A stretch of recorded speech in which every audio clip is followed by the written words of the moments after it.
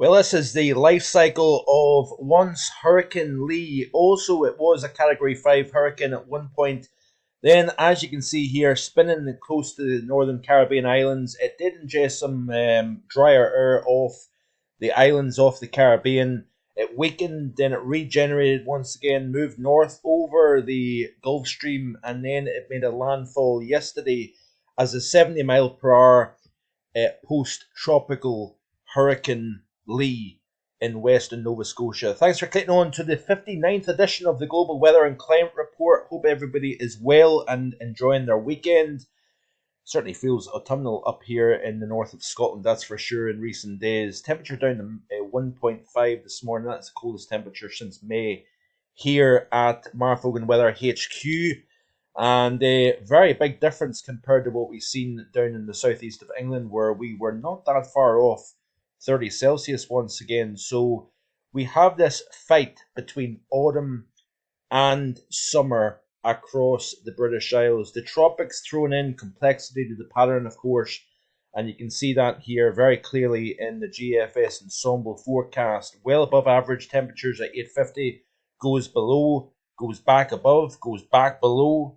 And then you can see here from about the 24th onwards, there is a monstrous spread in the models between temperatures as high as 15 Celsius above freezing at 5,000 feet, or in fact 0 Celsius at 5,000 feet. So this enormous spread in the models is due to the fact that the tropics remain a big contributing factor to the complexity of the pattern here across Europe and across the broader northern hemisphere. You can see here, here's post-tropical storm Lee. We've got Margot still out there, spinning away in the central Atlantic here as a 40 mile per hour tropical storm. We've also got Nigel. Nigel's going to be the next big player in the weather here. Notice that the National Hurricane Center predicts it to be a major hurricane by the time we reach late Tuesday. Tuesday afternoon, in fact, a major hurricane. Then it takes that bend to the right, and you can see here that Nigel is expected to actually be a hurricane still well out to the north of the Atlantic here, and what that does remains to be seen with regards to the overall situation here. So let's have a look and see what the global temperature anomalies are looking for September so far. We've got a lot of warmth across the planet at the moment. Of course, we do have areas of below average across parts of the United States, east and west. Not much cool to speak about across Greenland. As you can see here, we've got quite a negative NAO pattern. Return once again after what has been a very dominant negative NAO summer. It's interesting to see that negative coming back, and I think the tropics, as well as to a lesser degree the Mount-Julian Oscillation, has a role to play with regards to that. Not much cool to speak about. We have got a little bit of cool across Libya. Of course, we had the devastating impacts of Storm Daniel. It looks as if they're afraid of a potential 20,000 people dead because of those two major dam breaks in Dern in Libya. So a very, very, very sad situation there. Really, North Africa has been hit pretty hard by extreme conditions in recent times. Of course, we had the monstrous earthquake in Morocco. Then about a week or so, if that, later, we had, of course, Daniel. After bringing devastating conditions to Greece, it floated around the central portion of the Mediterranean, picked up more energy, reorganized, and then it drifted onto the coastline of Libya, bringing upwards of 400 millimeters of rain within a 24-hour period in an area that only sees a few inches per year. Very, very sad situation. Of course, it's not just the rainfall itself. You have to take into consideration the hard desert ground there. When that rain comes out of the clouds, it just simply bounces off the land. It's not able to be absorbed through the soil like it typically would here, say, in the UK. So of course there's a lot of runoff instantly, and of course when you dump 400 millimeters of rain within the space of half a day or something like that, and then of course all that water has to go somewhere. It goes into there's a dam anyway, and the dam of course broke and that of course raced through the streets of Durham, killing so many people. Very sad situation here, but below average temperatures in response to Storm Daniel over Libya. We've got a little bit of cooler than average across the equatorial Africa. Then, of course, South Africa, we've got below average.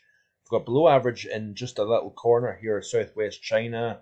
Much of Kazakhstan, interesting enough, is below average. We've got eastern Russia below average, southern portions of Alaska below average. Even Iberia, of course, we've had low pressure just off the west coast of Iberia in recent times. Morocco below average as well.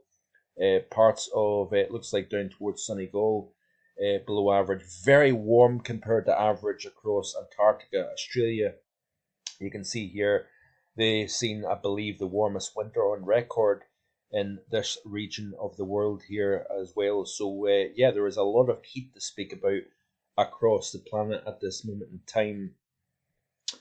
So let's have a look and see what extremes are taking place around the world at the moment here. Interesting stuff going on in New Zealand, where there has been winds gusting, some very strong, severe storms around the New Zealand area at the moment here. And look at this one person here, James Morrison, reporting winds sustained at 189 kilometers per hour with a gust of 244 kilometers per hour. This is now approaching the strongest wind gust ever recorded in New Zealand, which is pretty fascinating stuff. Anybody down in this region of the world experiencing strong storms? I do know that there's a few folk in the Sydney area, which I know is a long way away, but has anybody been viewing these videos from the New Zealand area? Are you experiencing some of these storms? I would love to hear in the comment section below your experience of this weather down here in New Zealand. We're also talking about some very, very hot conditions for early, this is the late spring approaching the early portion of the summer soon in Australia. And we've got some monthly records across South Australia, 39.8 Celsius, 38.9. So yeah, upper 30s in southeast and South Australia here. Very, very early to see temperatures approaching 40 Celsius down in parts of Australia, of course. Extraordinary heat. It's been a remarkable summer, of course. July was off the scale warm for Tokyo. Every day exceeded 30 or 32 Celsius, which has never been done before. And we're still talking, Maximiliano was still talking about all-time records being achieved in parts of Japan, 36.0 Celsius at Nagahama, which is remarkable considering we're in the middle of September when it's autumn time now, and we're seeing an all-time record temperature in parts of Japan. We also seen in Ukraine the hottest month on record. Here, temperatures between 2 and 4 Celsius above the 91 to 2020 average. So pretty impressive stuff here. Of course, ongoing heat across parts of South America, and this is an attributing factor to El Nino. There's no question about that. Also, we've got some very cold conditions across parts of Argentina. If I can remember, we'll have a look and see, because some remarkable snow. Let's have a look and see actually if we can see that here on my own Twitter feed. Be sure to also check out the winter thoughts update 1. I've pinned it on my Twitter page, but you can go on to the playlist and winter 2023-24. There's not one but 2 videos there that talk a little bit about the drivers and some of the aspects that go into making up a winter forecast. Be sure to watch that if you're interested. It is there and freely available for you to watch. 1 and 2, part 1 and part 2 of that video is available on the winter 2023-24 playlist. Do check that out. There's the contrast. Yesterday afternoon, Salisbury in the border of Scotland, only 11.2 Celsius versus St James's Park, 28.0 Celsius. Anyway, I'm digressing. Let's see if I can find the snow situation with regards to Argentina. Some remarkable situation down here.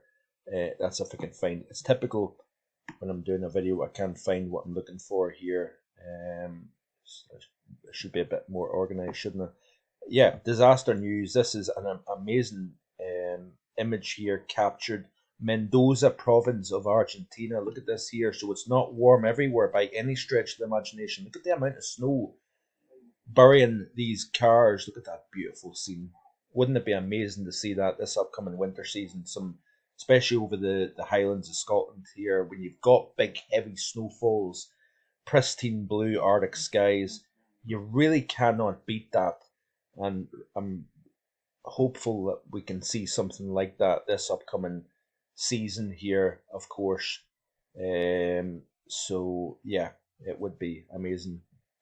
Back to the heat in Japan. It looks as if Cape Ominaki, I think that's how you pronounce it, a long existing station today had a minimum temperature of 27.0 Celsius, the highest overnight temperature for September.